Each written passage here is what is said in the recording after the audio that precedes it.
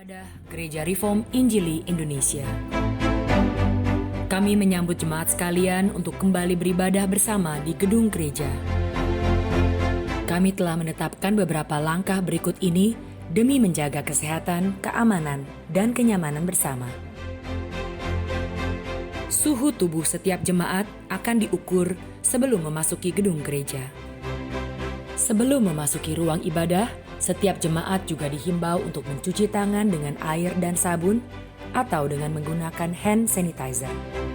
Jagalah jarak dengan jemaat lainnya. Hindarilah keramaian sebelum dan sesudah ibadah, dan ikutilah marka yang sudah ditentukan. Jika Anda tidak menggunakan eskalator, gunakanlah tangga dan utamakan penggunaan lift bagi jemaat yang lebih membutuhkannya.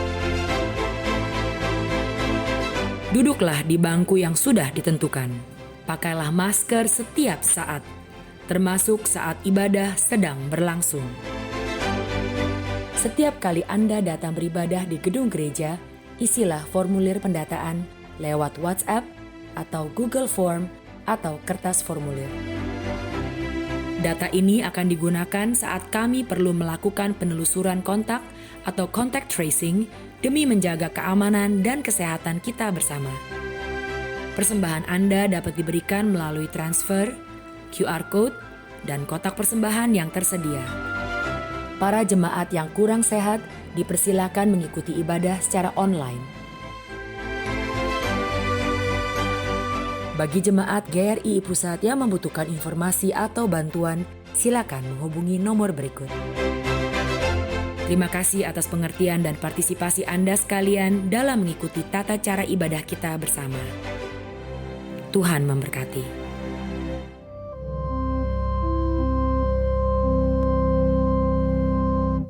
Jemaat sekalian dipersilakan untuk bangkit berdiri. Kita akan mempersiapkan diri kita, hati kita untuk masuk ke dalam ibadah. Kita akan memasuki saat teduh. Mari kita mempersiapkan hati kita bersama-sama.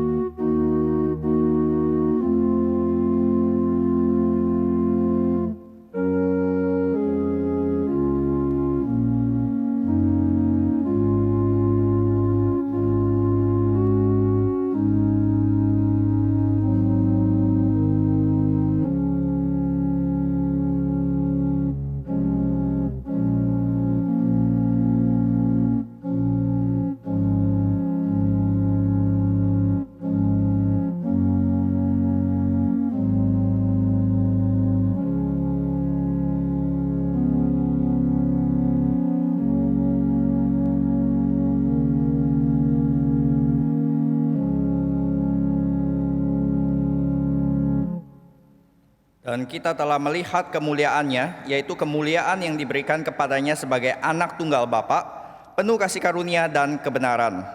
Kebaktian hari ini, Gereja Reform Injili Indonesia pada tanggal 28 Desember, dimulai di dalam nama Allah Bapa, Allah Anak yaitu Yesus Kristus, dan Allah Roh Kudus.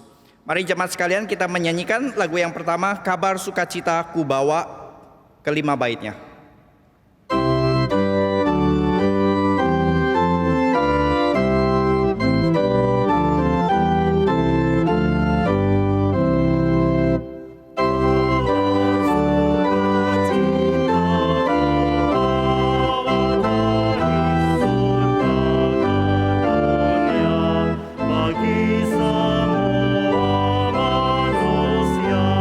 Marilah menyanyi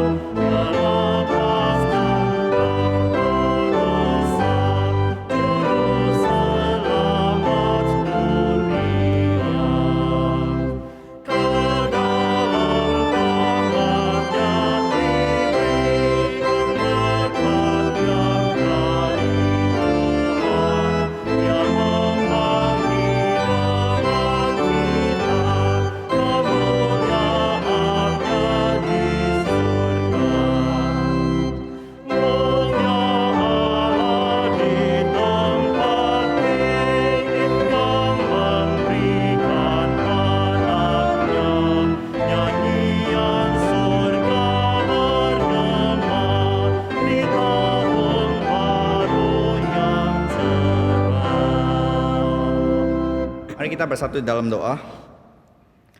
Bapa dalam surga, kami bersyukur kami boleh melihat kesetiaan Tuhan, penyertaan Tuhan, anugerah Tuhan sepanjang tahun 2020 ini ya Tuhan.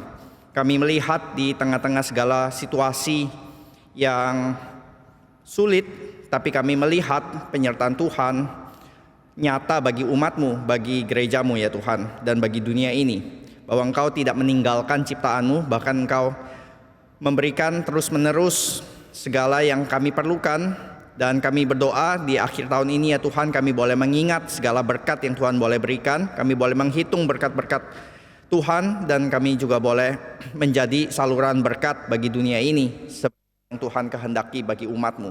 Terima kasih ya Bapak, kami serahkan kebaktian pada pagi hari ini di dalam satu nama Tuhan kami Yesus Kristus. Amin. Silakan duduk. Kita tetap memperhatikan protokol kesehatan bagi saudara sekalian jemaat yang hadir secara fisik di tempat ini untuk terus memakai masker dan menjaga jarak. Kita akan menyanyikan lagu yang kedua, lagu Berita Natal, lagu The First Noel yang sangat-sangat berkhas Natal ya saudara. Mari kita menyanyikan lagu ini ketiga baitnya.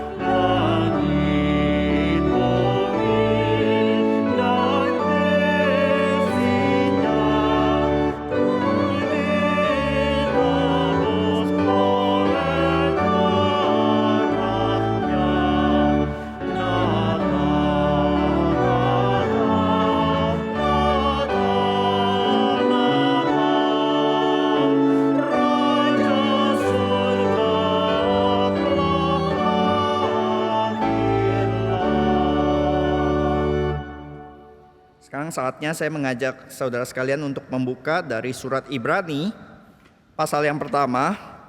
Kita akan membaca Ibrani pasal yang pertama ayat yang 1 sampai yang ke-14. Saya akan membacakan bagi saudara sekalian. Ibrani pasal yang pertama ayat 1 sampai yang ke-14. Setelah pada zaman dahulu Allah berulang kali dan dalam pelbagai cara berbicara kepada nenek moyang kita dengan perantaran nabi-nabi. Maka pada zaman akhir ini ia telah berbicara kepada kita dengan perantaran anaknya yang telah ia tetapkan sebagai yang berhak menerima segala yang ada. Oleh dia Allah telah menjadikan alam semesta. Ia adalah cahaya kemuliaan Allah dan gambar wujud Allah dan menopang segala yang ada dengan firman-Nya yang penuh kekuasaan.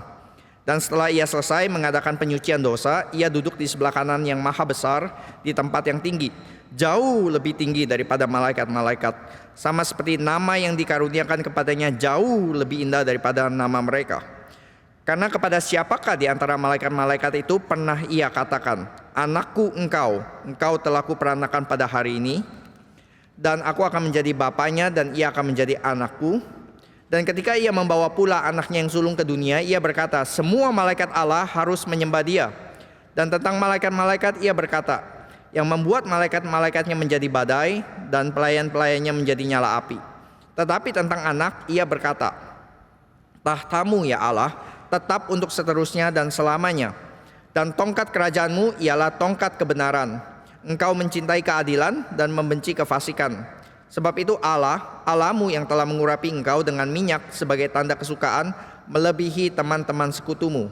Dan pada mulanya ya Tuhan, engkau telah meletakkan dasar bumi dan langit adalah buatan tanganmu. Semuanya itu akan binasa, tetapi engkau tetap ada. Dan semuanya itu akan menjadi usang seperti pakaian.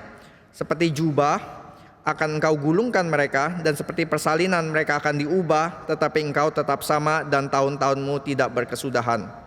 Dan kepada siapakah di antara malaikat itu pernah ia berkata, "Duduklah di sebelah kananku sampai kubuat musuh-musuhmu menjadi tumpuan kakimu"? Bukankah mereka semuanya adalah roh-roh yang melayani, yang diutus untuk melayani mereka yang harus memperoleh keselamatan? Demikianlah pembacaan firman pada hari ini. Kita akan meresponi dengan menyanyikan lagu yang ketiga, "Lahirnya Seorang Raja".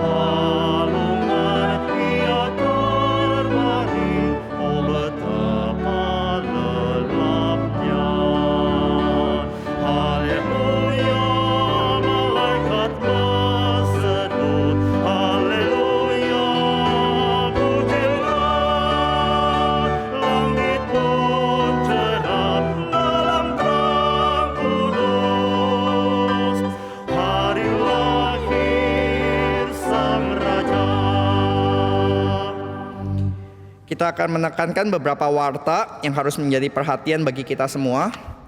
Saudara, seperti biasa, terus ditekankan bagi saudara yang hadir untuk memperhatikan protokol kesehatan. Dan seperti minggu-minggu sebelumnya, saudara bisa mengakses link bit.ly/KUGRI Pusat. Saudara juga bisa SMS atau WhatsApp, ataupun juga mengisi kertas form secara manual. Saudara yang hadir di ruangan saat ini bisa membuka handphone, lalu juga mengklik link ini. Hanya dalam sekitar beberapa detik kita selesai. Saudara bisa memasukkan nomor kursi yang di belakang saudara, yang bulatan hijau tersebut. Lalu saudara, ada streaming Reform Injili yang dimulai dari hari Senin sampai Rabu. Ada eksposisi dari Pendeta Dr. Stephen Tong. Lalu juga hari Kamis dan Jumat ini, akhir tahun dan awal tahun, kita akan bersama-sama kembali mengadakan ibadah kebaktian akhir tahun, kebaktian syukur akhir tahun, hari Kamis jam 4 sore, saudara. Jadi hari Kamis jam 4 sore kita akan merayakan kebaktian syukur akhir tahun, sekaligus juga hari Jumat paginya jam 9 pagi kita akan merayakan kebaktian syukur awal tahun. Dan kedua kebaktian ini akan dipimpin oleh Pendeta Dr. Stephen Tong. Lalu saudara bisa itu ya mendaftar, saudara bisa di QR code memfoto QR code tersebut lalu mendaftar di situ. Dan berikutnya ada pengajuan pemberkatan nikah. Di awal tahun Januari mendatang ada 3 pasangan yang akan mengajukan pemberkatan nikah yang kita bisa doakan bersama-sama. Akan ditampilkan foto dari ketiga pasangan. Pasangan yang pertama yaitu saudara Hezron dan Karen tanggal 9 Januari. Berikutnya yaitu saudara Henok Fajar Priyanto dan saudari Stella Veranita Wotulu. Lalu yang ketiga yaitu saudara Eka Rian Satria Lesmana Sumadi Putra dan saudari Helena Elvira. Jika tidak ada keberatan atau masukan yang sah, jika ada silakan menghubungi Sekretariat GRI Pusat. Itu saja pengumuman pada pagi hari ini. Saudara sekalian diundang untuk bangkit berdiri, kita akan menaikkan beberapa pokok doa. Saudara, yang pertama, mari kita berdoa untuk kebaktian akhir tahun dan awal tahun baik di gereja ini maupun di gereja-gereja yang lain, supaya kita bisa mengakhiri dengan ucapan syukur dan kita juga bisa memulainya dengan pengharapan dan anugerah Tuhan. Mari kita bersama-sama berdoa. Bapa dalam surga, kami berdoa menyerahkan ya Tuhan agar setiap umat-Mu ya Tuhan boleh berkumpul untuk merayakan, untuk kembali mengingat segala berkat Tuhan di akhir tahun. Dan juga ketika kami memulai tahun baru, kami memulai dengan anugerah Tuhan. Kami memulai dengan pengharapan di dalam Engkau. Kami memulainya dengan sekali lagi diingatkan untuk menjadi berkat dan menyalurkan kasih kepada dunia ini. Terima kasih ya Bapa, kami serahkan segala kebaktian akhir tahun, awal tahun. Engkau yang lindungi jemaat-Mu ya Tuhan. Dan kiranya ya Tuhan umat-Mu boleh menjadi tubuh Kristus. Di dalam nama Tuhan Yesus kami berdoa. Amin. Yang kedua, saudara, mulai besok hari Senin, Selasa, dan Rabu akan diadakan sidang sinode tahunan bagi seluruh cabang-cabang GRI, baik di dalam maupun luar negeri. Mari kita berdoa untuk hikmat Tuhan, kita berdoa untuk penyertaan Tuhan, dan juga kehendak Tuhan boleh semakin dinyatakan lewat gereja Tuhan di GRI ini. Mari kita sama-sama berdoa. Bapak, kami menyerahkan sidang sinode ya Tuhan, untuk penyertaan Tuhan, kehendak Tuhan semakin jelas, apa yang Tuhan ingin kerjakan di dalam dunia ini melalui sinode ini, melalui gereja ini ya Tuhan, boleh kami kerjakan dengan segenap hati ya Tuhan. Tuhan pimpin sehingga dari hari Senin sampai Rabu nyata pekerjaan Tuhan, penyertaan Tuhan lebih jelas lagi, kehendak-Mu boleh digenapi ya Tuhan. Terima kasih Bapak, dalam nama Tuhan Yesus kami berdoa. Yang ketiga, kita terus mengingat agar mereka yang masih bergumul di dalam COVID-19, baik secara kesehatan, secara ekonomi, secara sosial, biar kiranya anugerah Tuhan juga menghampiri mereka sebagaimana anugerah Tuhan menghampiri kota Bethlehem di awal Natal yang lalu. Mari kita sama-sama berdoa. Bapa dalam surga, kami menyerahkan umat Tuhan di segala tempat, kami menyerahkan pergumulan dunia ini ke dalam tangan-Mu ya Tuhan. Engkau yang tahu bahwa pandemi ini membawa begitu banyak kesulitan, tapi biarlah kami bukan hanya meminta kami dilepaskan dari kesulitan, tapi kami juga meminta lewat kesulitan-kesulitan ini anugerah Tuhan dinyatakan bagi kami. Dan kami terus meminta kepada Tuhan anugerah-Mu boleh dinyatakan sehingga umat Tuhan boleh semakin bergantung kepada Engkau, semakin menjadi berkat bagi orang lain. Terima kasih Bapak, dalam nama Tuhan Yesus kami berdoa dan bersyukur. Bapak, dalam surga kami serahkan setiap apa yang kami bawa ke dalam tangan-Mu ya Tuhan. Kami percaya Engkau yang akan menjawabnya sesuai dengan kehendak-Mu dan itu adalah yang terbaik. Biarlah kami boleh menantinya, boleh menunggu jawaban Tuhan dengan iman, dan kami boleh bersyukur ketika kami melihat jawaban-jawaban Tuhan. Terima kasih ya Bapa, kami serahkan setiap dari kami di dalam satu nama Tuhan kami Yesus Kristus. Amin. Silakan duduk Bapak Ibu Saudara sekalian, kita akan menyaksikan KUR. Kita akan menyaksikan KUR terlebih dahulu yang dibawakan oleh JOS maupun juga Jakarta Sinfonia Oratorio dari karya Jos Frederick Handel yang berjudul His Yoke is Easy dari Messiah.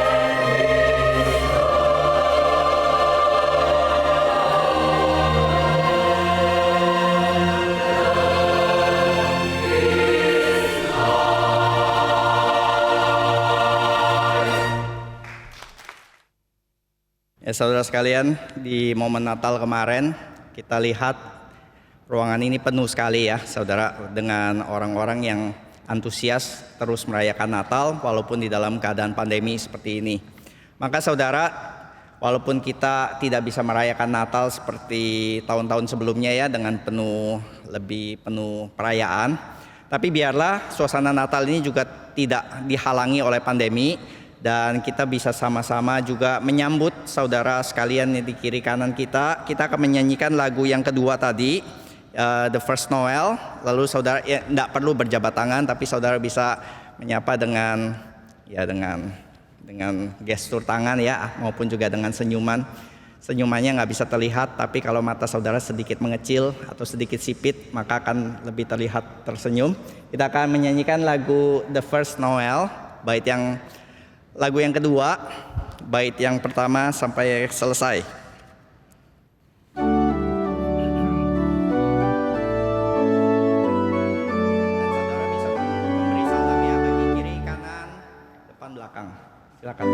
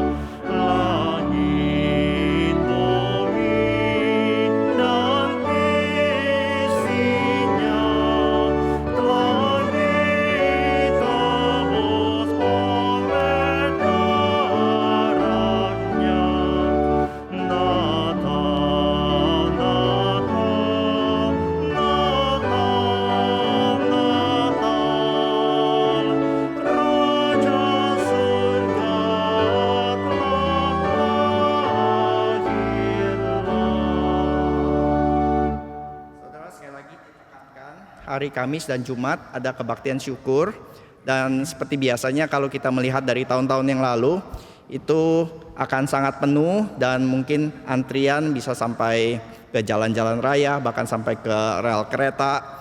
Tapi karena ini terbatas, maka saudara yang menghendaki untuk datang secara fisik sangat dianjurkan harus mendaftar terlebih dahulu. Karena tidak seperti Natal yang ada 2 hari ya saudara, dan di sini panitia bisa mempersiapkan ruangan-ruangan lebih awal. Jadi kemarin di kebaktian Natal dibuka di tempat ini maupun juga di Aula John Calvin. Karena itu tanggal 31 Desember bagi saudara yang menghendaki untuk datang, bisa screenshot dari QR code untuk mendaftar, maupun juga tanggal 1. Dan saudara juga dihimbau bukan hanya untuk datang, tapi juga mengajak saudara-saudara sekalian untuk boleh datang kerabat maupun teman. Biasanya akhir tahun dan awal tahun menjadi masa yang lebih mudah ya untuk mengajak teman-teman sekalian untuk boleh ikut beribadah.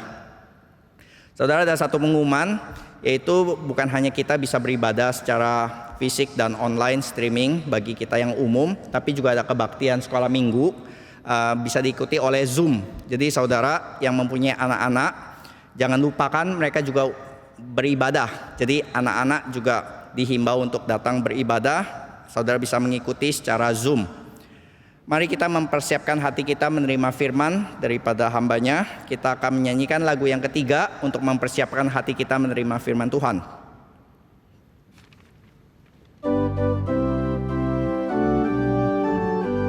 Baik, yang pertama saja.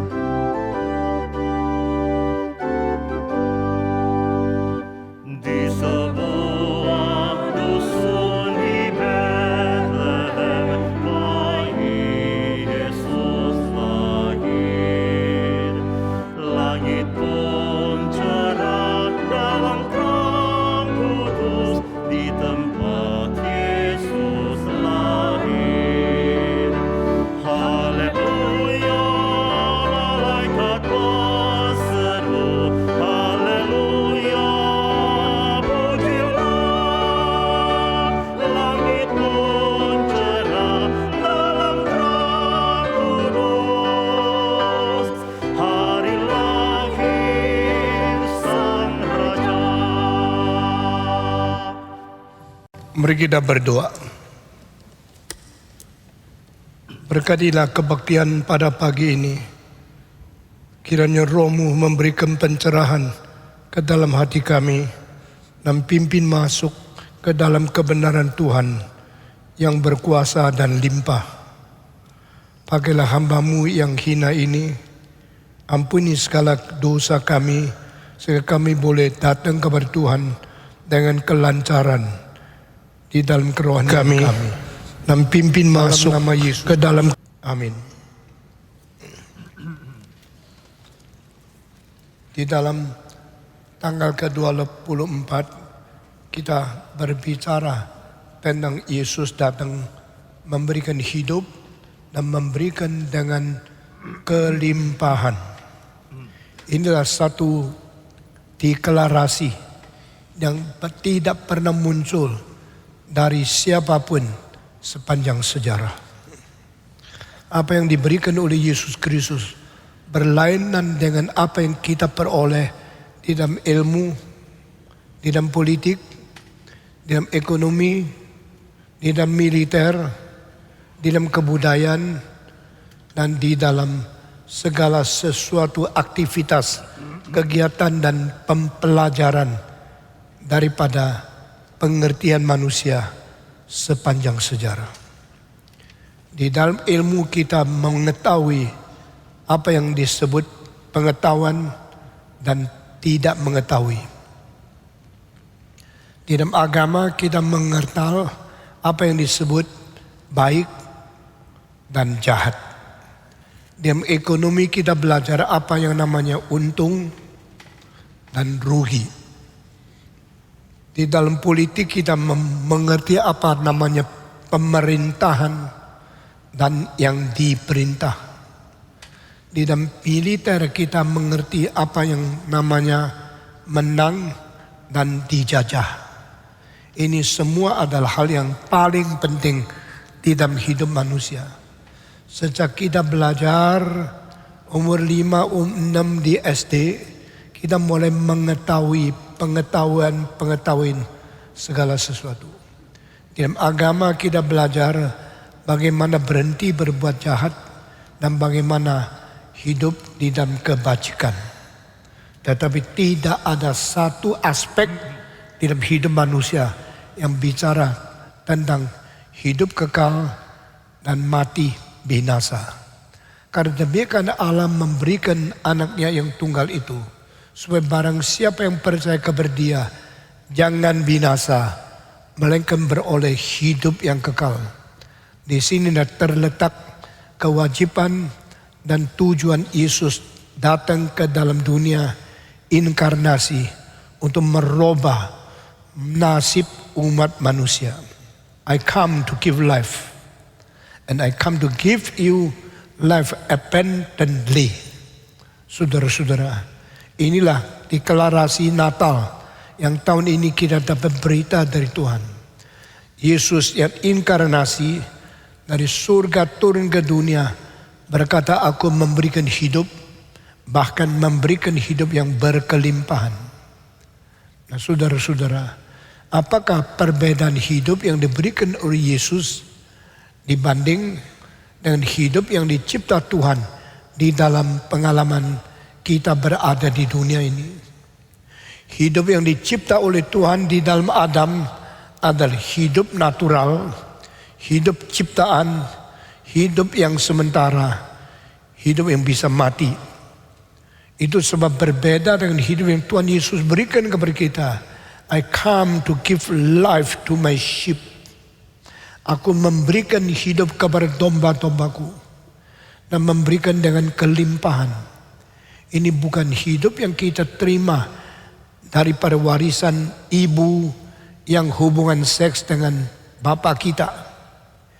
Ini berbeda dengan apa yang kita mempunyai napas dan berada di dalam dunia berapa puluh tahun, akhirnya meninggal dunia dan kembali kepada Tuhan. Itu adalah hidup natural, hidup yang dicipta, hidup yang sementara, dan hidup yang bisa mati. Semua orang sudah mempunyai hidup itu. Tapi Yesus Kristus berkata, aku memberikan hidup. Hidup yang diberikan Tuhan Yesus di sini bukan hidup yang kita terima dari ibu bapa kita. Hidup yang kita terima dari Yesus Kristus bukan hidup yang dicipta Tuhan secara natural. Tapi ada hidup kekal yang lebih tinggi, lebih abadi, dan adalah hidup yang tidak musnah. Karena keselamatan yang digenapi oleh Yesus Kristus melalui kematiannya di atas kayu salib, melalui penggantian kita untuk menerima hukuman dari Tuhan. Maka hidup yang diberikan Yesus Kristus adalah hidup yang rohania, hidup yang dari atas, hidup yang tidak musnah, hidup yang berabadi sampai selama-lamanya. Itu namanya hidup dari Tuhan, hidup kekal. Alkitab berkata, yang ada anak, ada hidup. Yang tidak ada anak, tidak ada hidup. Berarti yang mengenal dan terima Yesus Kristus, dia tidak akan hanya mati lalu selesai, atau mati lalu akan menunggu penghakiman terakhir pada waktu Yesus kembali. Arti dari hidup ini adalah arti hidup yang baru, hidup diperanakan oleh Roh Kudus, hidup yang mempunyai sifat kodrat dari Tuhan Allah sendiri. We inherit the divine nature of God in Jesus Christ. Semua orang hidup dan harus mati. Itu namanya upah dosa. Upah dosa adalah maut, tetapi karunia Allah di dalam Kristus kepada kita adalah hidup yang kekal. Itulah hidupnya yang diartikan oleh Yesus Kristus di dalam Yohanes pasal 10 ayat 10. Aku datang memberikan hidup dan datang memberikan hidup yang berkelimpahan. Lalu kita akan menanya, apa artinya hidup yang berkelimpahan? Saudara-saudara, sama-sama mempunyai hidup.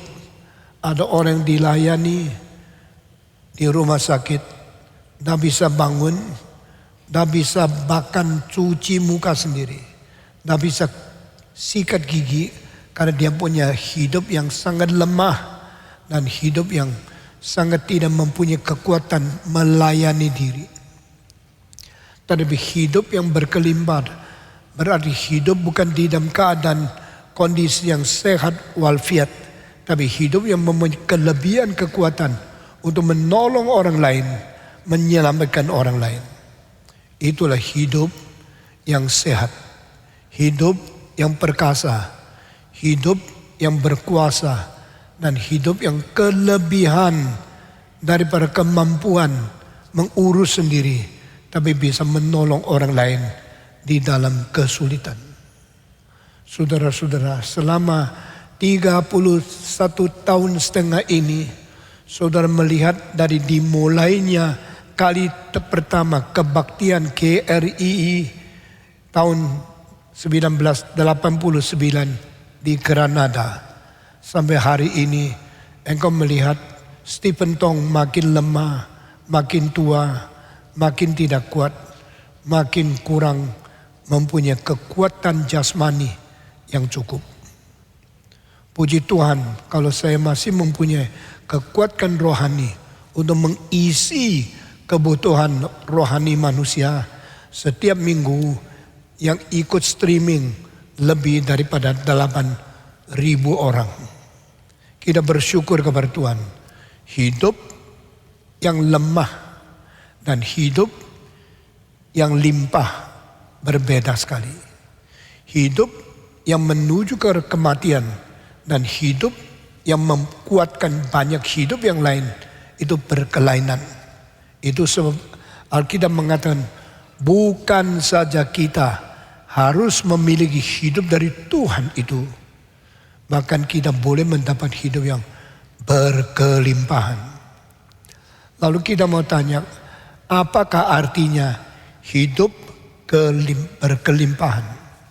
Pertama, hidup berkelimpahan berarti hidup yang penuh syukur kepada Tuhan. Orang yang bersyukur adalah orang yang sudah pernah menerima anugerah. Orang bersyukur adalah orang yang menyadari dia sudah dianugerahi. Orang yang bersyukur berarti orang yang berterima kasih kepada Tuhan.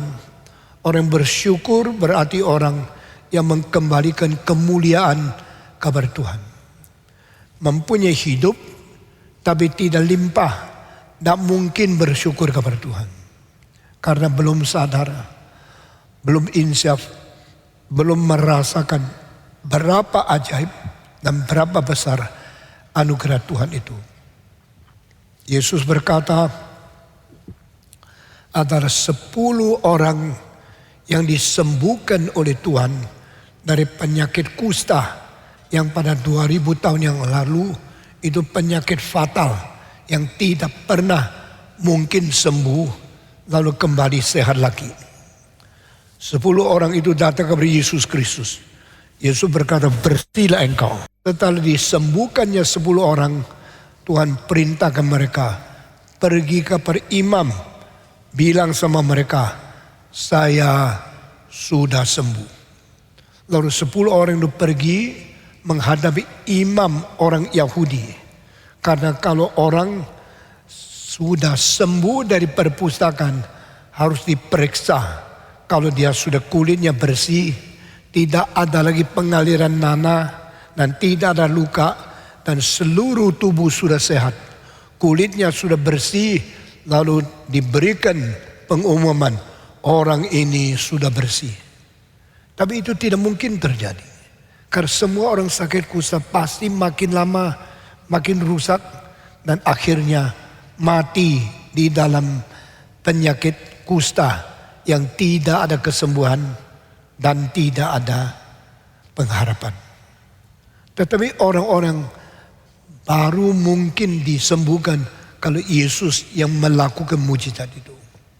10 orang itu sudah sembuh, senang, mereka pergi sampai dengan imam. Di tengah-tengah mereka bertemu dengan imam. Imam kaget, terkejut. Orang ini kok bersih? Betul-betul ini orangnya. Kemarin lihat dia masih sakit kusta, dalam keadaan kasihan. Tidak ada orang berani dekat dengan mereka. Dan mereka kalau bertemu ada orang di pinggir mereka, mereka harus jujur berkata, saya kusta, saya kusta. Sampai semua melarikan diri dari mereka. Sama sekarang kalau orang sakit COVID dan sengaja mentularkan kepada orang lain, dianggap orang yang immoral dan semua akan memberikan hakiman kepada dia dan menganggap dia orang kurang ajar. Tidak beritahu. Saudara-saudara, saya kembali kepada hal ini.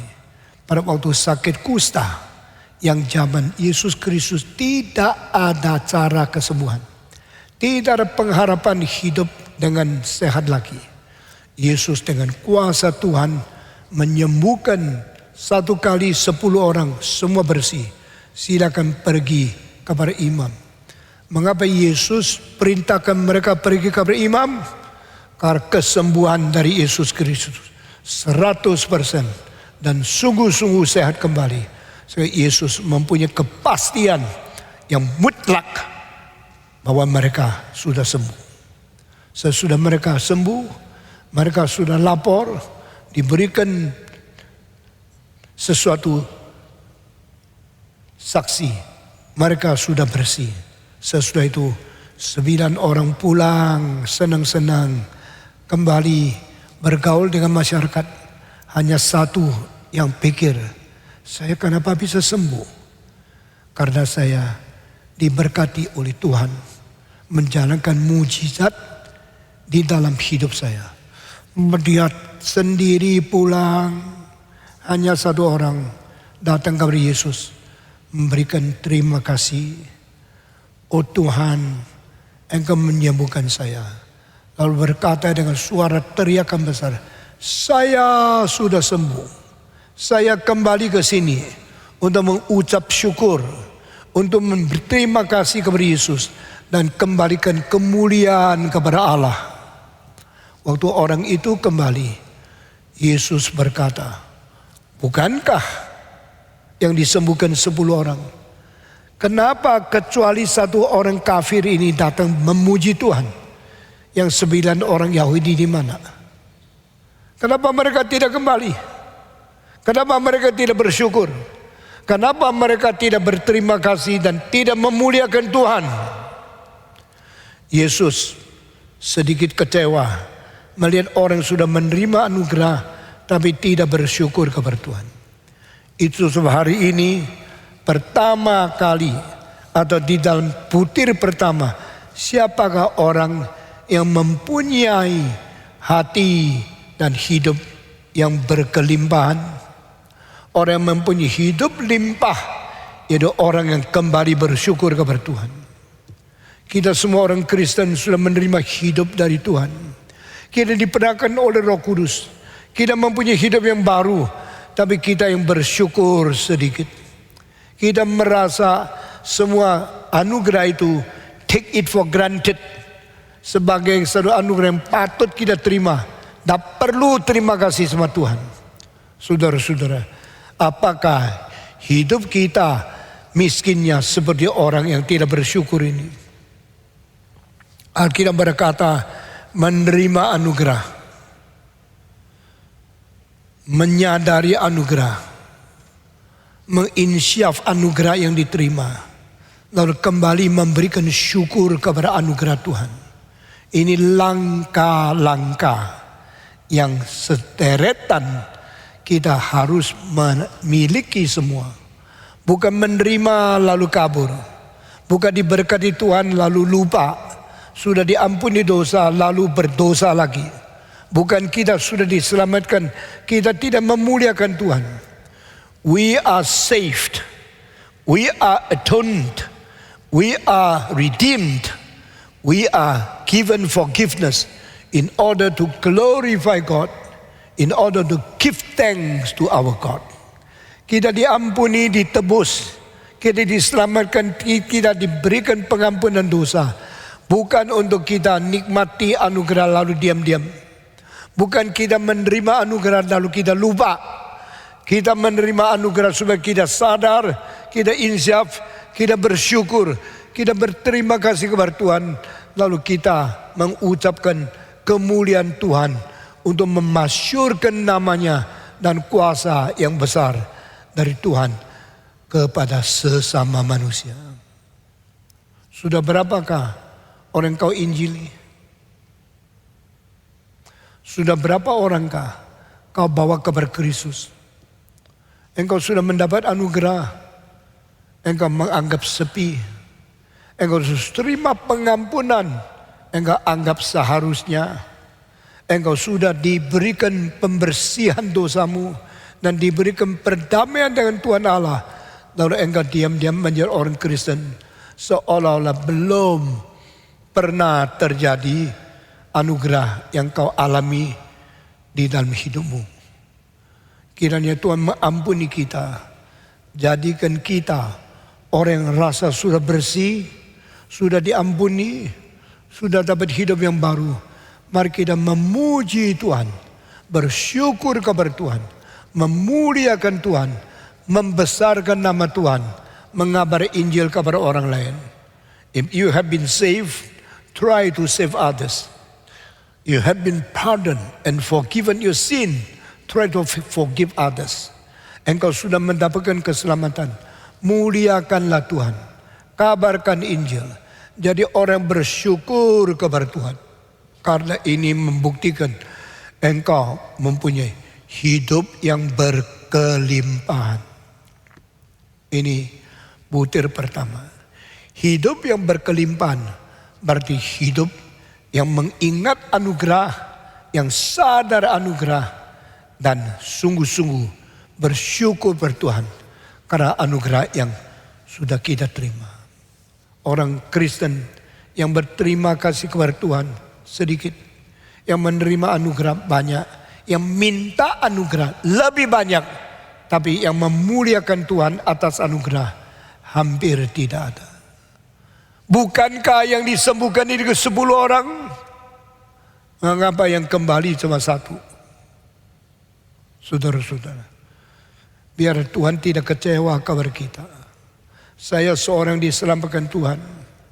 Sesudah diselamatkan, saya menyerahkan diri seumur hidup, tidak kerja lain, tapi menjadi hamba Tuhan, memasyurkan nama Tuhan, memberitakan Injil. Saudara semua mengetahui, melalui penyerahan Stephen Tong, satu orang, sudah 35 juta manusia dengar khotbah yang saya berikan selama 62 tahun setengah.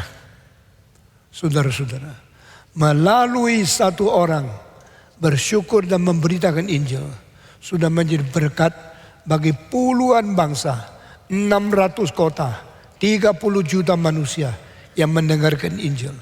Bukan saja demikian, sampai hari ini umur 80, saya masih setiap minggu berkhotbah yang ikut streaming setiap hari Minggu, kira-kira 7.000 sampai 10.000 orang. Karena apa? Mereka ikut dapat berkat. Berkat dari mana? Dari seorang yang sudah mempunyai hidup dari Tuhan dan membagikan hidup. Akhirnya, my abundant life is sharing to others. Bersyukur, mengingat anugerah, dan memberitakan Injil.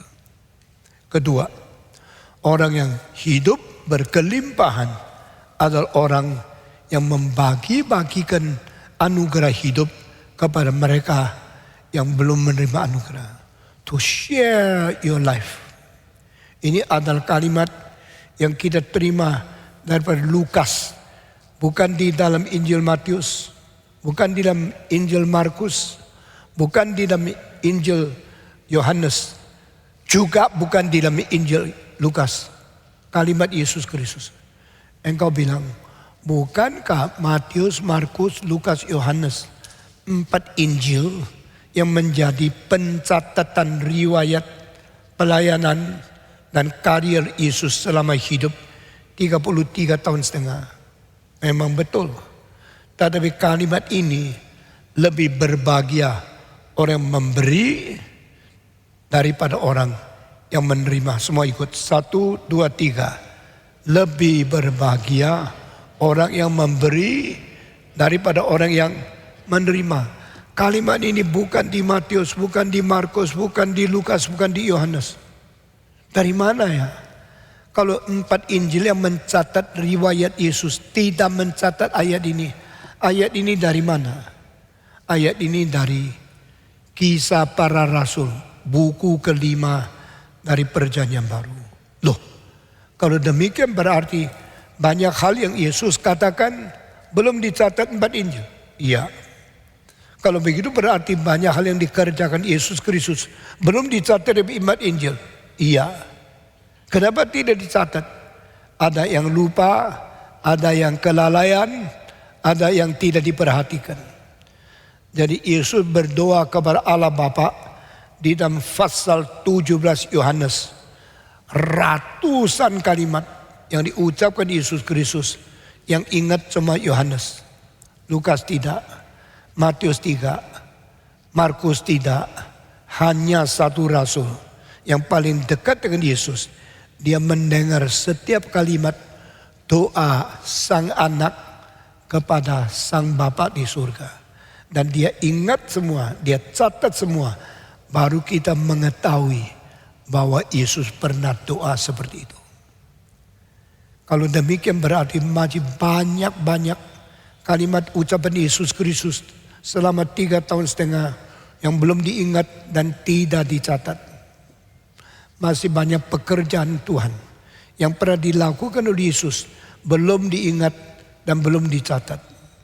Termasuk kalimat lebih berbahagia orang yang memberi daripada mereka yang menerima. Kalimat ini pun lupa dicatat oleh keempat Injil. Tetapi Injil Lukas akhirnya masih mengingat dan dia catatnya di dalam Kisah Para Rasul. Kalau begini, kira-kira berapa banyakkah karya Kristus, perkataan dan pekerjaan yang pernah dilakukan tapi tidak dicatat di dalam Alkitab? Kira banyak sekali. Menurut Injil Yohanes kalimat terakhir, segala sesuatu yang dilakukan oleh Yesus, jikalau satu persatu dicatat, maka seluruh dunia pun tidak sanggup memuatnya. Saudara pernah baca kalimat ini? Di dalam ayat terakhir di Injil Yohanes. Saya semenjak umur belasan tahun baca ayat itu, tidak mengerti sampai waktu saya tua. Puluhan tahun pikir, apa artinya? Masa ada kemungkinan kalau dicatat dunia ini semua tidak bisa memuat. Seluruh dunia tidak cukup untuk mencatat apa yang pernah dikerjakan oleh Yesus Kristus. Lalu saya mencari di buku tafsiran, buku expository, buku exegesis, buku commentary daripada Injil Yohanes. Cari-cari. Tidak ada jawaban. Saya tidak ngerti.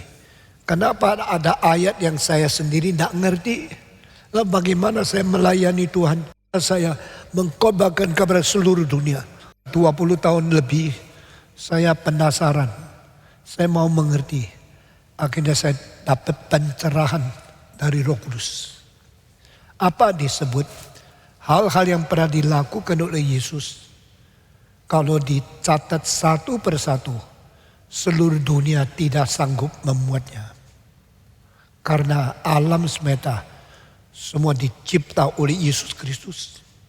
Sehingga alam semesta itu semua satu persatu dijelaskan ke dalam buku. Seluruh dunia semua tidak bisa muat. Baru saya mulai sadar. Saudara-saudara sekalian, yang kita ketahui cuma yang dicatat di 4 Injil terbatas. Tapi yang belum dicatat masih banyak sekali. Tuhan Allah berkata pada Abraham, lihatlah ke langit. Dia lihat. Berapakah bintang di atas? Dia hitung. Lalu Tuhan berkata, saya akan memberkati anak cucumu. Akhirnya keturunanmu akan sebanyak langit dan bintang di dalamnya.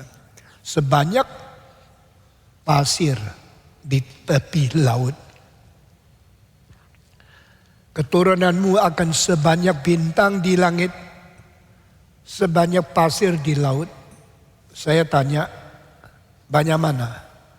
Banyak langit dan bintang-bintang di atasnya, atau banyak pantai laut dan pasir-pasir di pinggirnya? Banyak mana?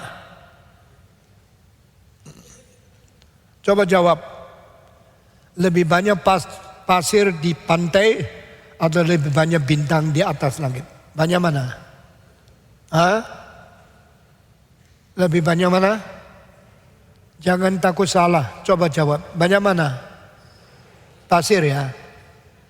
Bintang bagaimana hitung itu terbatas. Pasir bagaimana dihitung? Satu cedok pasir mungkin 2 juta pasir. Bagaimana bisa dibandingkan?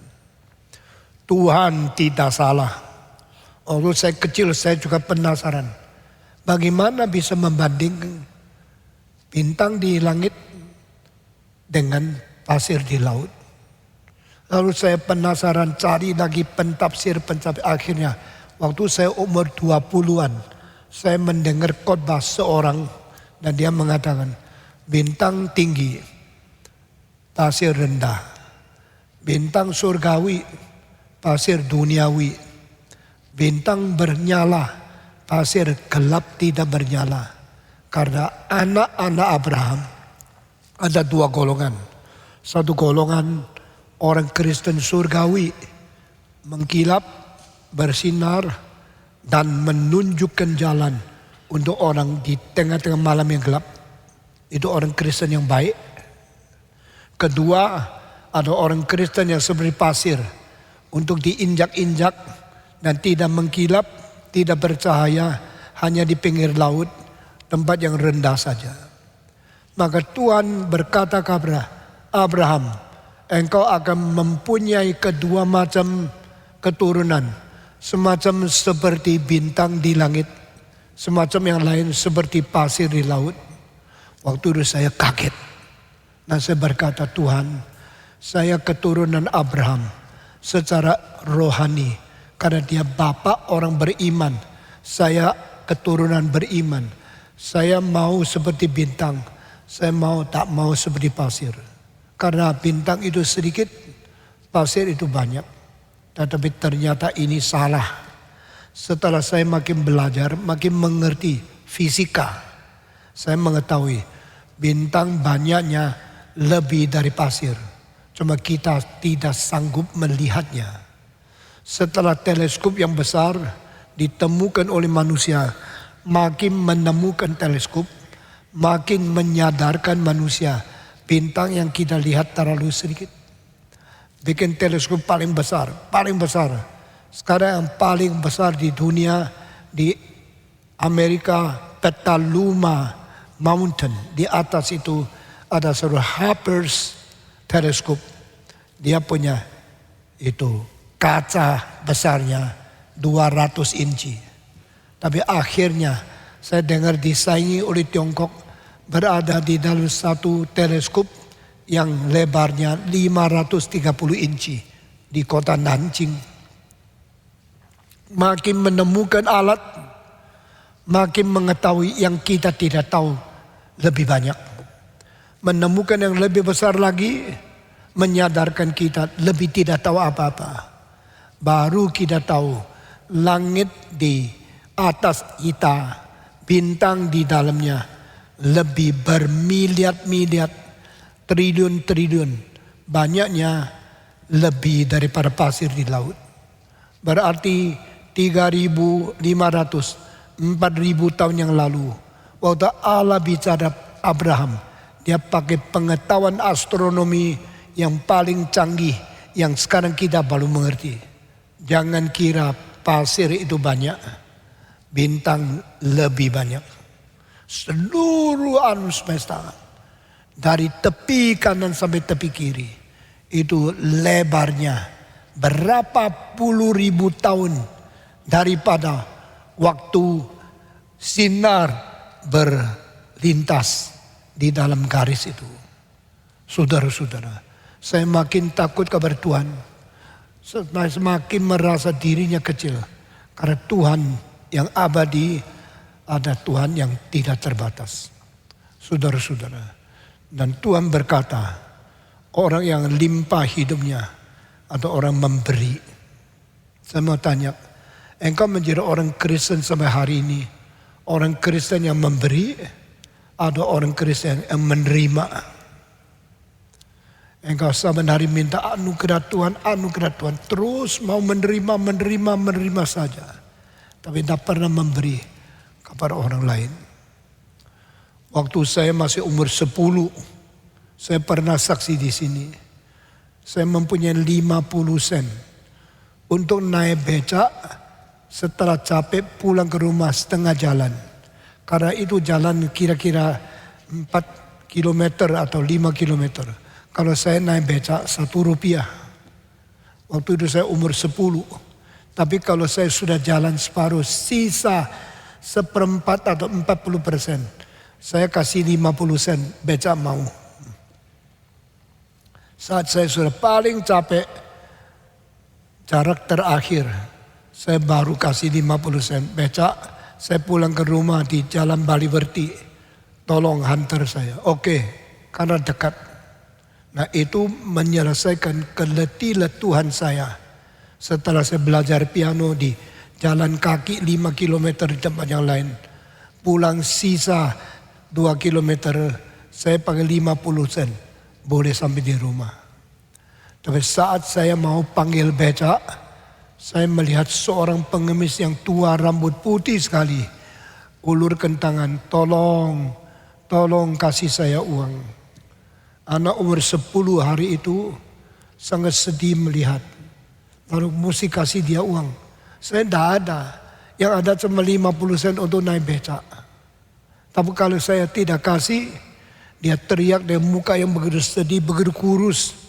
Mungkin tidak lama lagi mati. Saya mestinya boleh kasih dia. Lalu saya jalan kaki. Karena saya masih anak umur 10. Masih lincah dan sehat.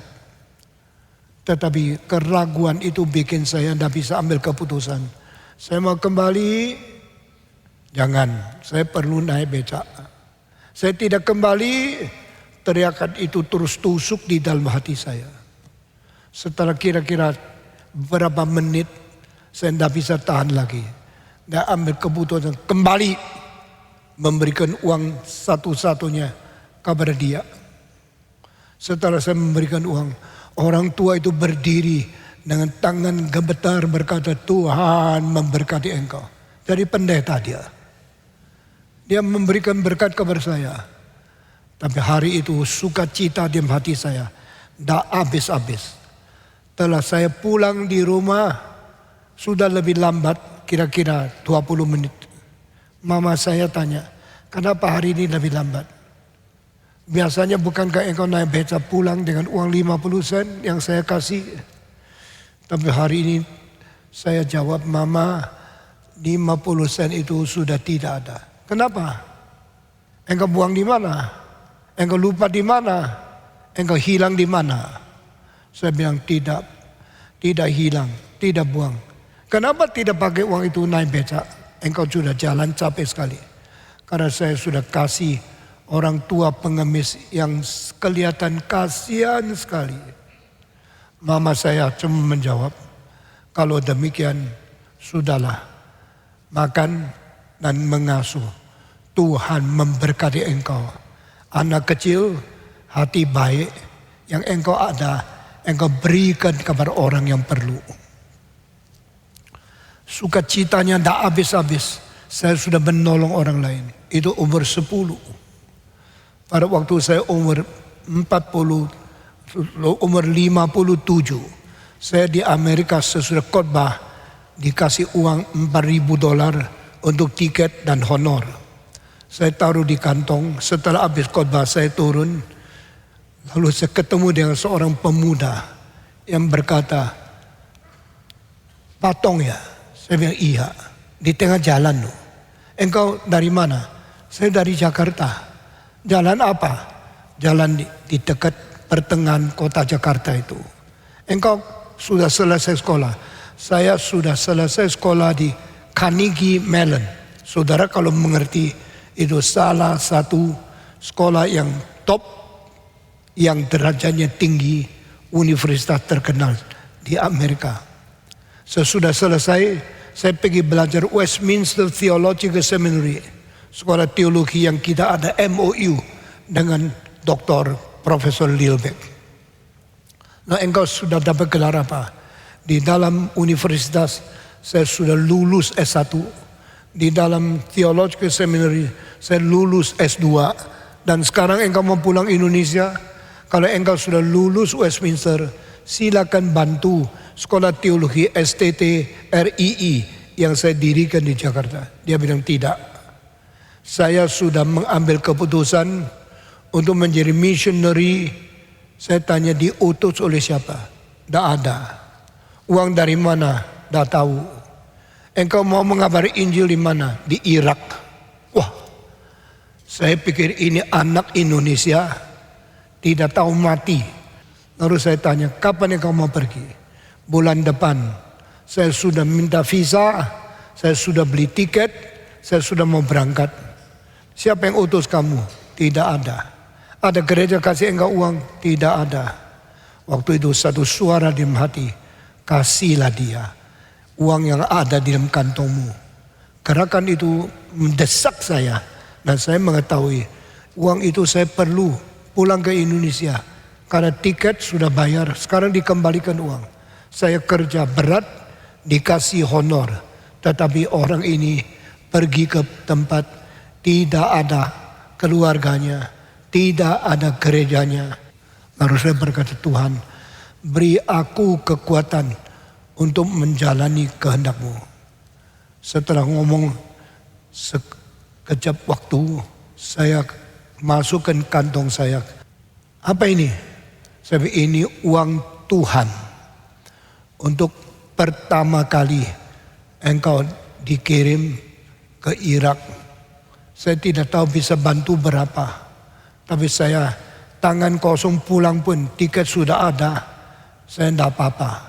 Tapi engkau perlu, karena engkau pergi ke tempat mengabari Injil lebih sulit dari saya.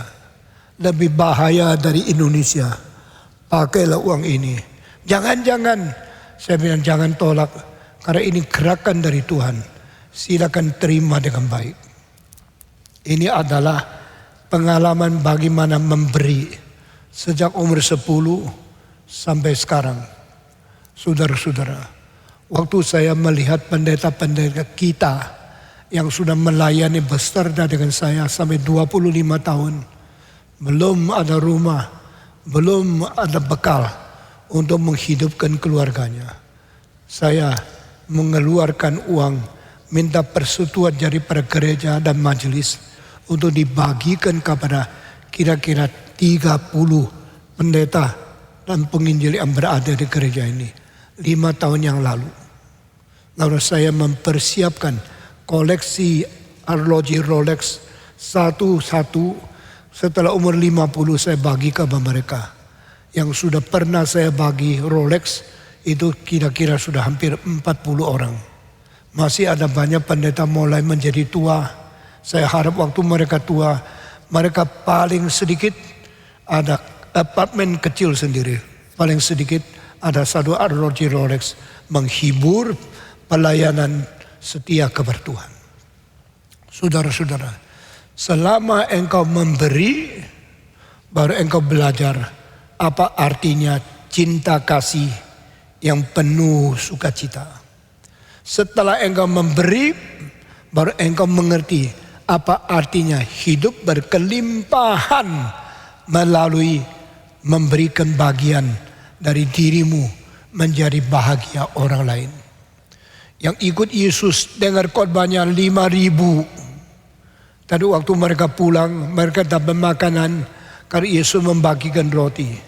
Semua yang pulang itu hanya satu yang penuh sukacita. Itu anak kecil yang membawa 5 roti 2 ikan serahkan ke dalam tangan Yesus. Lalu Yesus Kristus membagikan kepada orang-orang yang dengar khotbah dia di padang belantara. The most joyful person, the most happy person is the one who dedicated his all to Jesus Christ to share his life to others.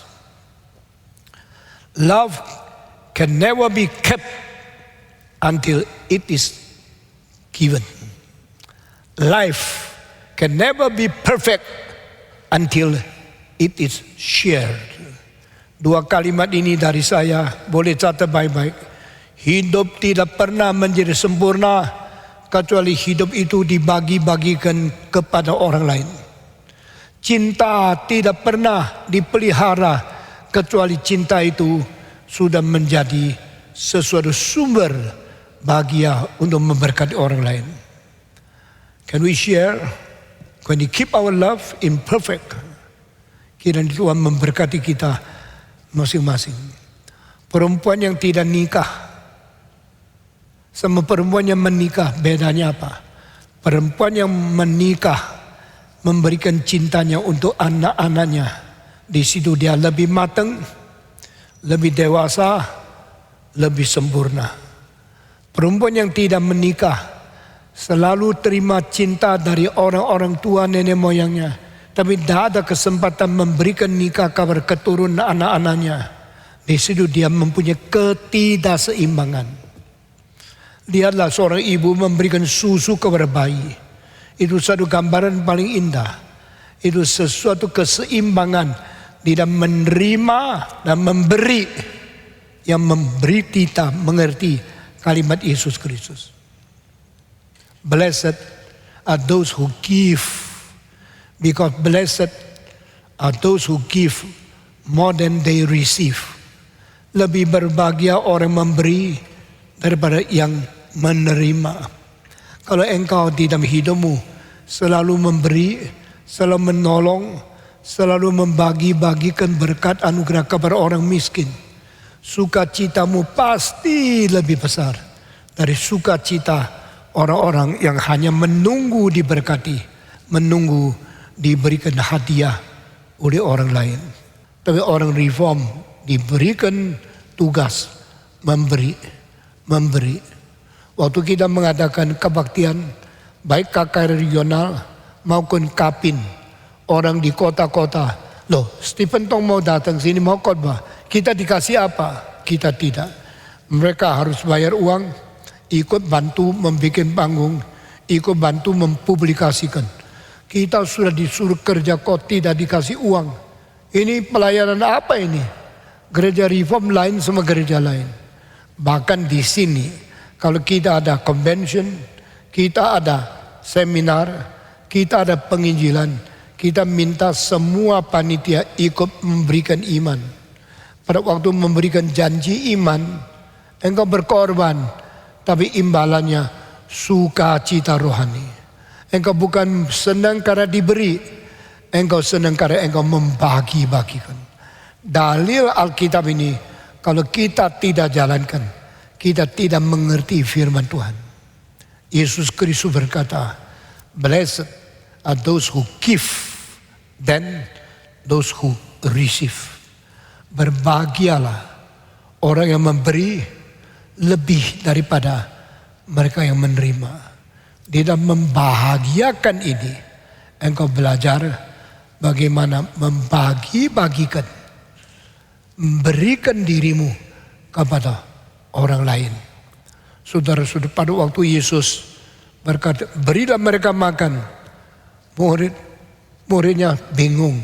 Kasih mereka makan apa? Tidak ada uang, tidak beli barang, tidak ada roti. Kasih mereka makan apa? Yesus diam. Lalu seorang anak kecil datang mengatakan, Yesus, saya mempunyai 5 roti, saya mempunyai 2 ikan. Saya serahkan kepada Tuhan. Yesus bilang, sekarang suruh mereka duduk dengan rapi, teratur semua. Yesus mulai membuka roti itu. Waktu dia buka, membagi roti itu, akhirnya diberikan kepada Petrus, berikan kepada ratusan orang. Yohanes, berikan kepada ratusan orang. Kepada Yakobus, berikan kepada orang banyak itu. Semua murid dibagikan roti. Dan Yesus terus memecahkan roti. Memecahkan, dah habis-habis. Kenapa dah habis-habis? Saya akan bicara 2 hal. Pertama, karena ada kelimpahan di dalam pembagian. Semua, 1, 2, 3. Ada kelimpahan di dalam pembagian. Orang yang selalu tolong orang miskin, Apakah sendiri lapar mati? Tidak pernah. Orang memberi perpuluhan akhirnya menjadi sangat miskin dan kering. Tidak pernah. Tidak ada orang yang memberi perpuluhan akhirnya menjadi miskin, menjadi lapar dan mati. Saya hidup 80 tahun. Saya melayani Tuhan 62 tahun setengah. Saya membuktikan satu hal. Everyone who love the Lord, everyone who share his life, everyone who give his own possessing things, tidak pernah dilupakan oleh Tuhan. Kalau orang memberikan perpuluhan untuk pekerjaan Tuhan, dia sendiri akan diberi bijaksana bagaimana mengatur 90% yang masih sisa di tangan dia. Sehingga dia tidak mungkin menjadi orang sembarangan, karena dia setia kepada Tuhan. Tuhan juga setia kepada dia. Karena dia jujur kepada Tuhan, Tuhan juga jujur kepada dia. Karena dia penuh kemurahan kepada orang lain, Tuhan memberikan kemurahan lebih besar dari surga. Karena dia lurus, jalankan kebenaran, Tuhan juga jujur, jalankan kebenaran kepada dia. Itu sebab Alkitab mengatakan, saya tidak pernah melihat keturunan seorang benar menjadi pengemis di tengah jalan minta makanan. Ini janji Tuhan. Ini catatan kitab suci. Ini firman yang keluar dari mulut Tuhan. I never see any descendant of the righteous man who begging on the street. Tak pernah ada orang benar yang keturunannya menjadi pengemis. Saudara-saudara, Alkitab tidak janji kita akan kaya. Itu ajaran yang menipu dan menyelewengkan iman kita. Alkitab tidak pernah menjanji kita orang Kristen semua kaya. Tapi Alkitab menjanjikan tidak ada kekurangan di dalam hidupmu jika lo akan jalan kebenaran. Bahkan keturunanmu tidak dibuang oleh Tuhan. Mari kita kembali kepada ajaran benar. To share, to give, to imitate, to learn from Jesus Christ. Yesus Kristus hidup tidak mempertahankan apa untuk dia milik sendiri sampai mati. Waktu Yesus mati, pakaian luar diambil, pakaian dalam diundi. Mungkin dia digantung di atas salib telanjang. Dan Yesus Kristus menjadi sumber kekayaan sepanjang 2000 tahun ini. Coba tanya orang seperti Hitler yang tak habis-habis rakus menginginkan tanah negeri orang lain. This is my final demand of the land of my territory. Dia mengatakan inilah tuntutan tanah yang saya perlu secara terakhir. Setahun lagi dia dari Polandia ke Czechoslovakia. This is the final land I required in my life. Akhirnya dia tidak dapat apapun. Bahkan waktu dia mati, tanah kuburan pun 2 meter kali 1 meter dia tidak dapat. Karena dia tembak diri. Mantan pacar atau yang belum jadi istri mati dikasih racun supaya dia diracuni mati. Lalu anjingnya mati dulu, istrinya yang bakal jadi istri itu mati. Lalu dia tembak berapa kali, lalu mati. Tidak ada yang kubur, dibakar mayatnya. Itulah akhir dan itulah tamatnya hidup diktator yang besar namanya Adolf Hitler. Saudara-saudara, beda dengan Yesus. Yesus memberi segala sesuatu, tidak pernah minta sesuatu, dan dia akan dipaku di atas salib. Waktu dia mati, kuburan yang paling baru, yang paling mewah dipakai oleh dia. 3 hari kemudian dia tidak perlu, dia bangkit. 40 hari kemudian dia naik ke surga, duduk di sebelah kanan Allah Bapa. Dan sesudah itu semua teladan Yesus Kristus diikuti oleh orang yang setia, yang jujur mengikut dia. Dan tidak ada satu orang Kristen akhirnya mati kelaparan karena men-sharing hidupnya kepada orang lain. Saya bersyukur kepada Tuhan. Waktu ibu saya mati, saya ada di Paris. Begitu terima telegram, saya nangis. Hari esoknya saya naik kapal terbang. dengan 4 saudara saya dari Paris terbang 14 jam sampai di Singapura, ganti kapal terbang sampai di Jakarta, naik bus, mobil sampai di Bandung mengkuburkan ibu saya yang tercinta. Di tengah-tengah kapal terbang saya terus menangis dan saya akan menulis syair dan saya bikin melodi menjadi lagu mengingat ibuku yang kekasih. Lagu itu saya hampir tidak mengajar karena itu adalah lagu untuk pribadi, bukan untuk semua orang Kristen. Di dalamnya ada kata-kata, ibu, mengapa begitu cepat meninggalkan anakmu? Sehingga kami nangis tidak habis-habis, mengkangen akan jasamu yang besar. Sejak muda engkau menjadi janda. Umur 33 membesarkan 8 anak dengan tangan, tisik, jarum dan benang. Engkau mendapat uang sedikit membesarkan satu-satu anakmu. Saya selalu ingat mamaku berkata, saya sebagai ibumu dulu kaya sekali karena papamu adalah pedagang yang besar dan dia sering bawa saya ke villa yang 4 hektar besarnya, yang rumah, jendela dan pintu 1000 helai. Dan di situ setiap weekend kami hidup semewah mungkin. Tapi setelah perang dengan Jepang, setelah papamu mati, saya menjadi orang janda yang tidak ada pengharapan, tidak ada sandaran. Saya harus tisik, jahit, pakaian orang lain, membesarkan engkau satu persatu. Saya kasih tahu sama kamu anak-anak, selama papamu mati sampai hari ini, saya tidak pernah beli satu mangkok mie yang enak untuk makan sendiri. Semua uang yang saya dapat hanya untuk membesarkan kamu, membuat engkau bisa sekolah, harap engkau besok bisa jadi manusia yang berhasil di hadapan Tuhan. Saya kalau ingat kalimat-kalimat ini, saya mau nangis lagi. Meskipun saya sudah menjadi seorang yatim piatu 77 tahun.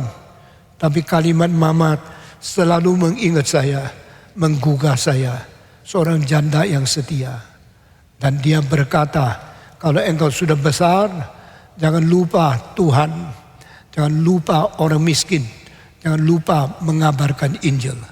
Mengikuti jejak kaki ibumu yang setia kepada Tuhan. Saudara-saudara, di dalam syair itu saya mengatakan, ibu, terlalu miskin, engkau tidak bisa memberi persembahan banyak untuk Tuhan. Tapi engkau mempersembahkan 5 anak menjadi hamba Tuhan. Tuhan berkenan atas pengabdian dan penyerahan engkau. Saya tulis syair itu, saya bikin lagu itu. Sampai di Bandung, saya minta ada orang main piano. Saya nyanyi solo dengan air mata mengingat ibu saya. Saudara-saudara, hidup berlimpah tidak tentu hidup banyak uang. Hidup berlimpah adalah hidup yang bikin bahagia orang lain melalui pengorbanan diri. To give are more blessed than to be given. Memberi lebih berbahagia dari orang yang diberi. Memberi lebih berbahagia dari orang yang menerima. Ini Alkitab Tuhan. Saya tadi pagi kebaktian pertama bicara bagaimana kuasa Tuhan membuat materi yang sedikit menjadi materi banyak. Itu namanya mengulangi karya ciptaan Tuhan. That is the new manifestation of the creation power, just like God the Father did when He created the universe. Allah Bapa menciptakan alam semesta. Dia dengan apa? Dengan kuasa. Kuasa menjadi materi. Ini baru dimengerti oleh manusia kira-kira 70 tahun yang lalu. Yang mengerti Albert Einstein. Albert Einstein menjadi fisiksi yang terbesar ahli fisika yang terbesar semenjak Newton. Dia yang mempengaruhi seluruh dunia, akhirnya membuat kemungkinan manusia bikin bom atom. Bom atom adalah dari materi yang sedikit diletakkan menjadi energi yang tidak batas besarnya. Ini adalah penggunaan, peledakan, ini adalah pelaksanaan. Tapi sebaliknya dari ini, dari materi menjadi kuasa dari bom atom, itu adalah pelaksanaan. Tapi dari kuasa menjadi materi, itu ada ciptaan. Hanya Allah bisa melakukan penciptaan. Lalu ciptaan itu diberikan kepada manusia, ditambah dengan bijaksana yang dikaruniakan untuk membagikan sesuatu materi yang kecil, akhirnya meledak menjadi kuasa yang besar. Ini reverse. God created, manusia utilize. God created matter, manusia explode the matter to become energy. Waktu ciptaan adalah tenaga menjadi materi. Waktu penggunaan materi menjadi tenaga. Tuhan menciptakan stengkol, batu bara. Tuhan menciptakan bensin, petrol. Lalu manusia memakai batu bara menjadi kehangatan.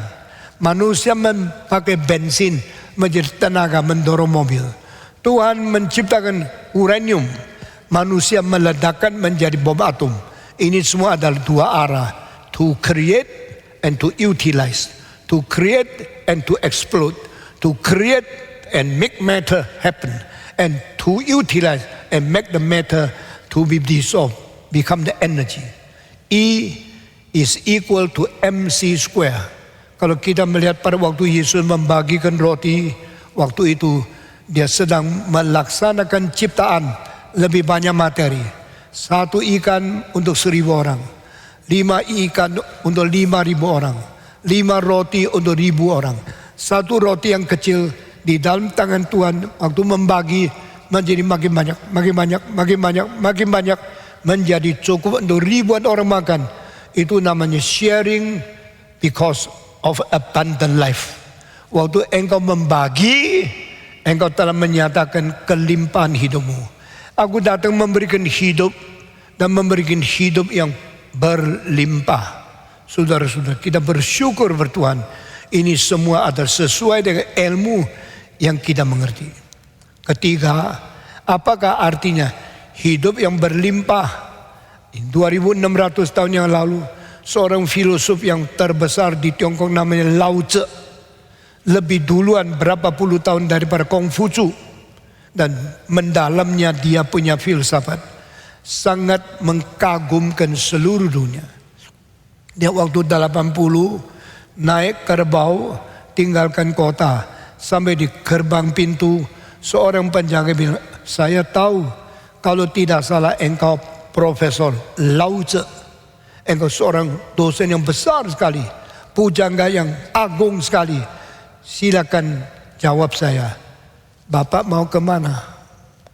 Lao Tzu sudah tua, alisnya, rambutnya putih, jenggotnya panjang, naik di atas satu kerbau, bawa satu suling. You mau tahu saya kemana? Iya. Bolehkah saya tahu Bapak, engkau opa mau kemana? Saya sudah bosan hidup di dunia. Saya sudah bosan politik yang mainnya curang banyak. Saya mau keluar kota, ke atas gunung, di situ diam-diam meditasi sampai saya mati. Jangan begitu dong, opa. Engkau begitu bijak, begitu banyak pengetahuan. Engkau pergi, siapa yang mengajar kami lagi? Orang itu ternyata kenal dia sebagai profesor, sebagai filosof yang besar. Iya, saya kira setiap zaman ada orang. Saya sekarang mau mundur, saya mau menyembunyi di gunung, saya mau hidup santai sampai mati. Jangan keluar. Kalau mungkin engkau tinggal di dunia ini, bantu kita yang masih. No, it is enough for me to retreat to the nature and to die there, no more involved in the political affair and worldly things. Saya sudah waktunya pensiun. Saya sudah waktunya berhenti. Jangan menahan saya di dalam dunia politik yang kacau ini. Biar saya senang hidup, tenang meninggalkan dunia. Kalau begini, saya tidak bisa tahan. Bapak, tolong tulis bijaksanamu. Sudah tulis, saya akan simpan baik-baik, belajar dan mengajar kepada orang-orang akan datang. Tolong tulis bijaksanamu. Kasih saya kertas, kasih saya pena. Orang itu keluarkan kertas yang dinamakan xuanzi, kertas tulisan untuk orang Chinese. Tulis dengan tinta hitam atas kertas putih yang tidak tembus. Itu kertas 7 susun bikinnya. Susah sekali. Orang itu siapkan akan tinta, pena, bulu sama kertas. Taruh di depan. Lao Tzu tolong tulis. Lao Tzu langsung tulis. Dao ke dao, fei chang dao. Ming ke ming, fei chang ming. Semua kalimat teori yang bisa diucapkan bukan teori yang kekal abadi. Semua nama yang disebut bukan sebutan yang abadi. Maka kalau mau mengerti kebenaran, tahu firman ini, engkau mesti rendah hati. Kalau dia tulis-tulis, seluruhnya tulis selesai dihitung 5.000 lebih sedikit kata-kata. Sudah tulis bilang ini semua bijaksana saya serahkan Anda melalui tulisan ini. Biarlah saya pergi. Dibuka pintu kota, Lao Tzu pergi. Tak pernah kembali. Lalu mati lebih umur 80 di atas gunung. Nah, buku itu diturunkan sampai sekarang menjadi buku filsafat Asia yang paling penting. Namanya Tao Te Ching, yaitu kitab dari berfirman dan moral. Kalau mengerti firman, jalankan moral. Kalau sudah mengerti firman, engkau laksanakan dengan kelakuan yang baik. Tao Te Ching, the book of the truth, and the book of your morality in your behavior, in your action, in your good work and your deeds. Lalu buku itu saya simpan juga, banyak orang punyai, dikagumi seluruh dunia. Di akhir buku itu ada satu kalimat, saya kutip untuk khotbah hari ini. A gentleman is a man who truly desired to accomplish others. 君子成人之美. Kalau ada orang mempunyai rencana yang baik, bantu dia genapi. Jangan larang dia. Kalau ada orang mau berkembang, tolong dia sukses. Jangan menghancurkan. Barulah engkau seorang gentleman. Kalimat itu sangat mempengaruhi jutaan manusia di dunia, termasuk saya.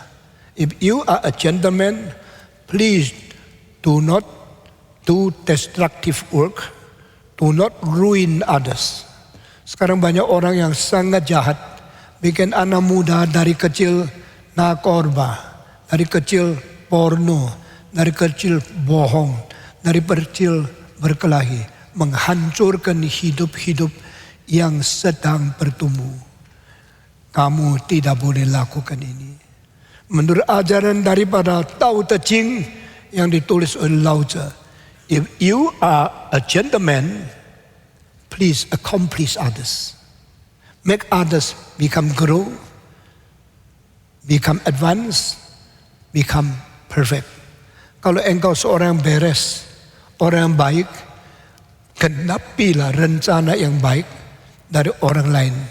Sempurnakanlah tujuan yang indah dari orang lain. Bikin tumbuh orang muda, bikin mereka menjadi sukses, menjadi lebih baik dari manusia yang utuh. Kalimat ini besar sekali. Yesus Kristus panggil Petrus, mari ikut aku. Petrus membuang kapalnya, Petrus membuang nelayannya, membuang penghasilannya, lalu datang kepada Yesus Kristus. Yesus tambah satu kalimat, I will make you a fisher of men. Now you are fisher of fish. Engkau menangkap ikan, tapi saya memanggil engkau, saya akan membentuk kamu menjadi penangkap manusia. Sekarang di mana Petrus? Dia kalau di surga, melihat kembali, dia lihat ke dunia. Kau laut Galilea masih di situ. Laut Galilea masih bergelombang. Ikan-ikan masih ditangkap orang di situ. Tetapi kapal dia sudah hancur sejak 2000 tahun yang lalu. Sudah lihat ke bawah, dia lihat ke atas, kembali ke belakang. Ribuan orang di surga karena dia menjadi orang yang dipanggil Tuhan, menjadi rasul Tuhan, menjadi hamba Tuhan, menjadi orang yang membawa manusia kembali kepada Yesus Kristus. Ini artinya menggenapi orang lain. Ingat kalimat ini baik-baik. Kalau orang lain mempunyai rencana yang indah, jangan merusak. Kalau orang lain mau maju, jangan dihambat. Kalau orang mau berkembang, jangan engkau memberikan pisuhan, tapi berikan berkat. Kalau mungkin, pakai uangmu, pakai waktumu, pakai pengetahuanmu, pakai katamu untuk menggenapi orang. Jadikan orang menjadi lebih sempurna, lebih maju, lebih mahir, lebih matang, menjadi orang yang dibentuk oleh rencana Tuhan Allah sesuai kehendaknya yang kekal. Kalau engkau mempunyai kekuatan ini, not to destroy, not to have the destructive, but constructive work, to accomplish, to make others more complete, more successful, maka engkau adalah manusia yang punya hidup yang berkelimpahan. Khotbah hari ini sampai di sini. Nanti tanggal 31 akhir tahun jam 4 sore kita akan meneruskan khotbah ketiga mengenai hidup berkelimpahan. Mari kita berdoa. Semua tunduk kepala, kita masuk di dalam doa. Saya minta hamba Tuhan naik ke atas, pimpin kita di dalam doa. Sesudah itu kita akan mengikhlarkan iman rasuli. Silakan. Bapa kami dalam surga, kami bersyukur untuk wejangan daripada hikmat Tuhan. Kami boleh membaca firman-Mu ya Tuhan, dan kami boleh dijelaskan bahwa hidup kami adalah anugerah daripada Engkau. Dan hidup yang Tuhan kehendaki adalah hidup yang berkelimpahan.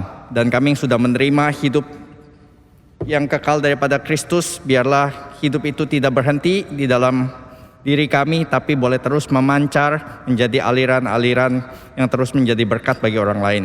Terima kasih ya Bapa, di dalam nama Kristus Yesus kami sudah berdoa dan bersyukur. Amin. Kita semua berdiri, kita mengikhlarkan pengakuan iman rasuli. Saudara dengar satu pengumuman, di dalam kira-kira 1 bulan, buku pengakuan iman rasuli daripada transkrip khotbah saya selama 328 halaman akan diedarkan dan akan dijual kepada kita.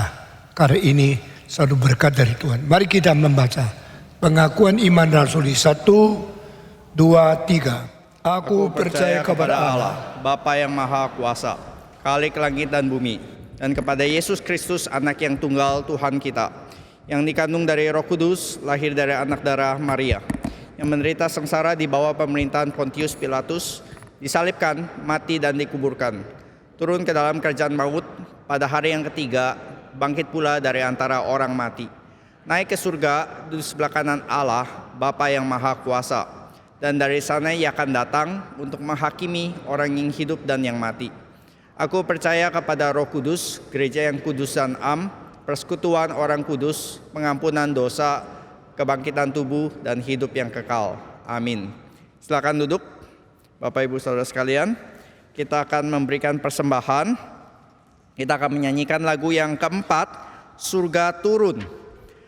Ini satu lagu yang ternyata kalau kita membaca isinya adalah bertemakan tentang Natal juga ya saudara.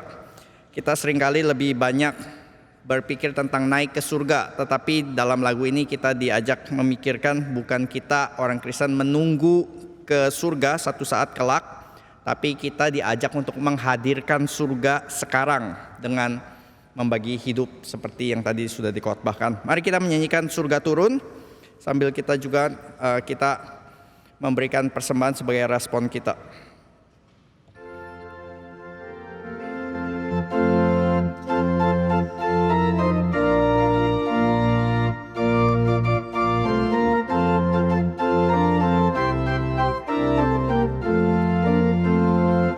Alangkah indahnya hari itu, hari yang tak kulupa. Setelah ku keliling dalam gelap, ku dapat juru selamat. Betapa bahagia hatiku, ku dapat yang ku rindu. Kesusahan dan kegelapan hilang diganti kesukacitaan. Surga turun bahagia jiwaku. Di salib Yesus sucikan aku. Dosaku dihapus, kegelapan jadi terang. Surga turun bahagia jiwaku. Alangkah indahnya hari itu, hari yang tak kulupa. Setelah ku keliling dalam gelap, ku dapat juru selamat. Betapa bahagia hatiku, ku dapat yang ku rindu. Kesusahan dan kegelapan hilang diganti kesukacitaan. Surga turun bahagia jiwaku. Di salib Yesus sucikan aku. Dosaku dihapus, kegelapan jadi terang. Surga turun bahagia jiwaku. Mari kita masuk. Mari sekarang kita masuk di dalam doa persembahan.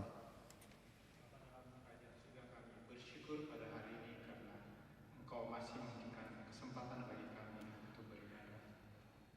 Di masa sulit seperti ini Tuhan, dari awal tahun hingga pada minggu terakhir di tahun ini Engkau terus memimpin umat-Mu beribadah. Kami bersyukur untuk semua pimpinan dan penyertaan-Mu. Pada pagi hari ini kami membawa persembahan kami sebagai tanda syukur kami kepada-Mu. Kiranya Tuhan akan menerima persembahan kami, menguduskan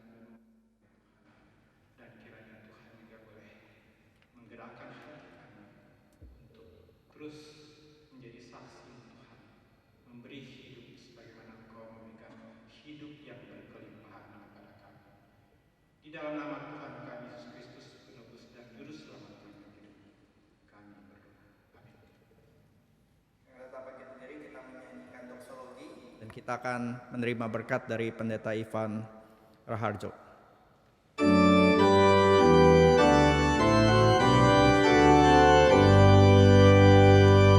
Puji Allah Bapa Putra,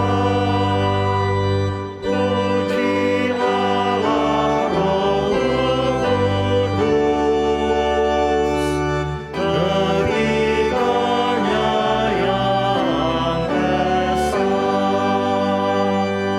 Pohon selamat sumber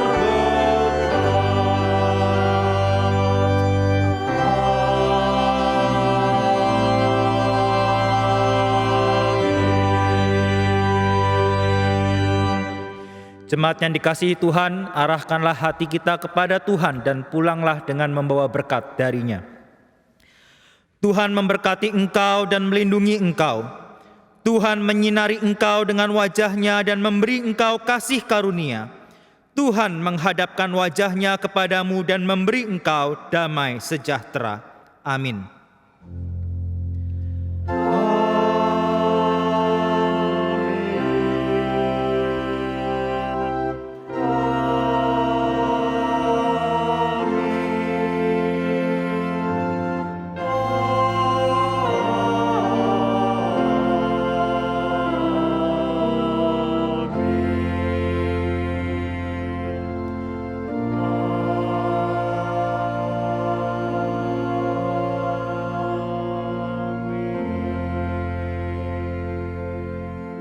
Selesai, silakan mengambil saat teduh, silakan mengambil tempat duduk.